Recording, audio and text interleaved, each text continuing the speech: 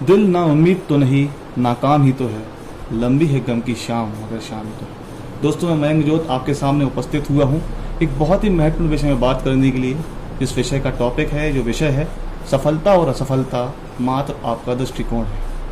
दोस्तों, आपने बहुत से लोगों को इस बात को कहते सुना होगा कि वह व्यक्ति सफल हो गया, वह व्यक्ति 10 में से 10 अंक प्राप्त कर गया, और वह व्यक्ति जो असफल हो गया वो 10 में 0 अंक प्राप्त किया है। मैं आपसे ये पूछता हूँ, ये जानना चाहता हूँ कि वास्तविकता में ऐसा होता है क्या? क्या 0 और 10 के बीच के अंकों की कोई मूल्य या श्रृंखला नहीं होती? क्या वो वैल्यू चेन कोई महत्वपूर्ण नहीं रखता अपने हमारी ज़िंदगी में? हमारे जीवन को आगे बढ़ाने के लिए, आगे ले जाने के लिए क्या उन नंबरों की कोई प्रासंगिकता है या नहीं? दोस्तों, मैं इसी विषय में आपसे बात करना चाहता हूँ कि 10 में से 10 अंक प्राप्त करने वाला व्यक्ति सफल हो सकता है, वो एक पोस्ट तक पहुंच सकता है, वो एक बड़ा व्यापारी बन सकता है, उद्योगपति बन सकता है। परंतु दोस्तों, 10 में से 8 अंक प्राप्त करने वाला व्यक्ति भी अपनी सफलता से मात्र 2 अंक की दूरी पर होता है।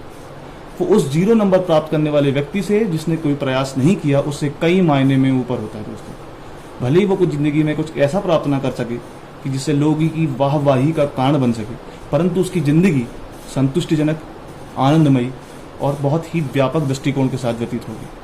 दोस्तों, यकीन मानिए, आपकी मेहनत, आपका प्रयास आपके दृष्टिकोण में भी झलकता है।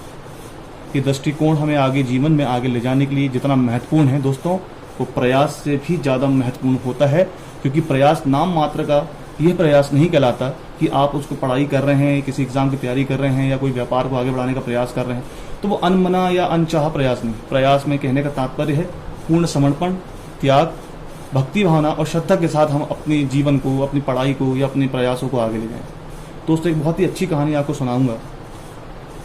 एक व्यक्ति था जो 3 दिन तक बिना खाए पिए, बिना सोए लगातार ये स्मरण करता रहा गुफा के अंदर बैठकर कि वो एक भैंस है, वो एक जानवर है। दोस्तों, ये लगातार उसके मन में स्मरण करता रहा।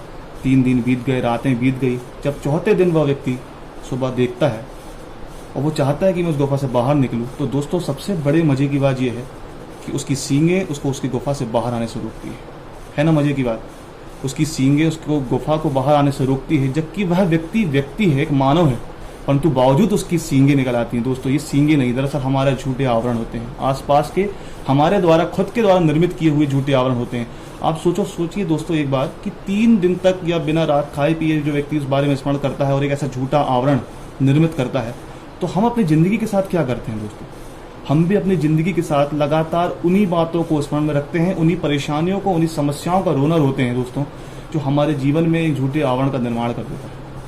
हम सोचते हैं कि हम इस पारिवारिक परिस्थिति के लोग हैं, हम सोचते हैं कि हम गरीब लोग हैं, हम सोचते हैं कि हम ज़्यादा नहीं पढ़ सकते, हम सोचते हैं कि हमें मेहनत नहीं कर सकता, हम सोचते हैं कि सामने वाला आगे बढ़ गया, मैं पीछे रह गया। दोस्तों, ये सब झूठे आवरण के अलावा और कुछ नहीं होते। हमारा सबसे बड़ा प्रयास तो ये होना चाहिए दोस्तों कि हम उस झूठे आवरण में चोट कर सकें। और वो चोट कोई ऐसी चोट नहीं कि आपने किसी पत्थर पे चोट के सिर्फ एक हथौड़ा मारा और पत्थर टूट गया। दोस्तों, वो लगातार प्रयास की मांग करता है, और वो 100वां एक शॉट या 100वां तरीका जिससे आपने उस पत्थर को तोड़ने का प्रयास किया, अंततः आप देखते हैं कि वो पत्थर टूट जाता है। दोस्तों, वो एक प्रयास से नहीं होता, वो हमारे लगातार करने वाली मेहनत की एक श्रृंखला होती है, हमारे जीवन का त्याग और समर्पण होता है। दोस्तों, आपने एकलव्य का नाम तो सुना ही होगा। एकलव्य महाभारत के बहुत ही महत्वपूर्ण पात्र हैं। हम क्या देखते हैं कि एकलव्य अपनी गुरु की प्रतिमा को स्थापित कर उनकी लगातार पूजा करता है, उनसे शिक्षा ग्रहण करता है, और शिक्षा ग्रहण करके वो विश्व का सर्वश्रेष्ठ धनुधर बनने का प्रयास करता है।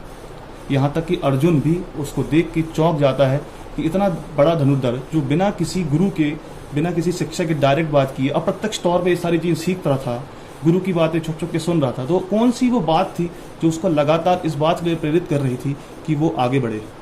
दोस्तों, उसका सबसे महत्वपूर्ण बिंदु यह है कि उस व्यक्ति के अंदर समर्पण और त्याग था।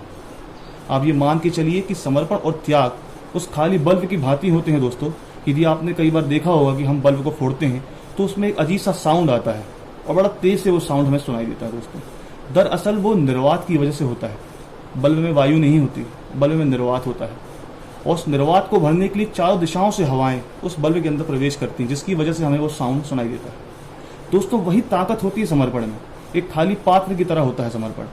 यदि आप समर्पित हैं, आप समर्पित हैं, आप त्याग करना चाहते हैं, लगातार प्रयास करना चाहते हैं दोस्तों, तो निश्चित मानिए कि वो आपका खाली पात्र, आपका समर्पण आपको ऐसे पात्र की तरह बना देगा जो चारों दिशाओं से ज्ञान खिंचा चला आएगा। एक गुरुत्वाकर्षण शक्ति होती है समर्पण में दोस्तों।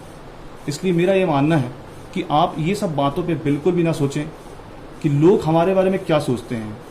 आपका जीवन इस बात से निर्धारित नहीं होता दोस्तों कि लोग आपके बारे में क्या सोचते हैं। आपका जीवन निर्धारित होता है कि आप स्वयं अपने बारे में क्या सोचते हैं। क्या आप अपने लक्ष्य को जानते हैं?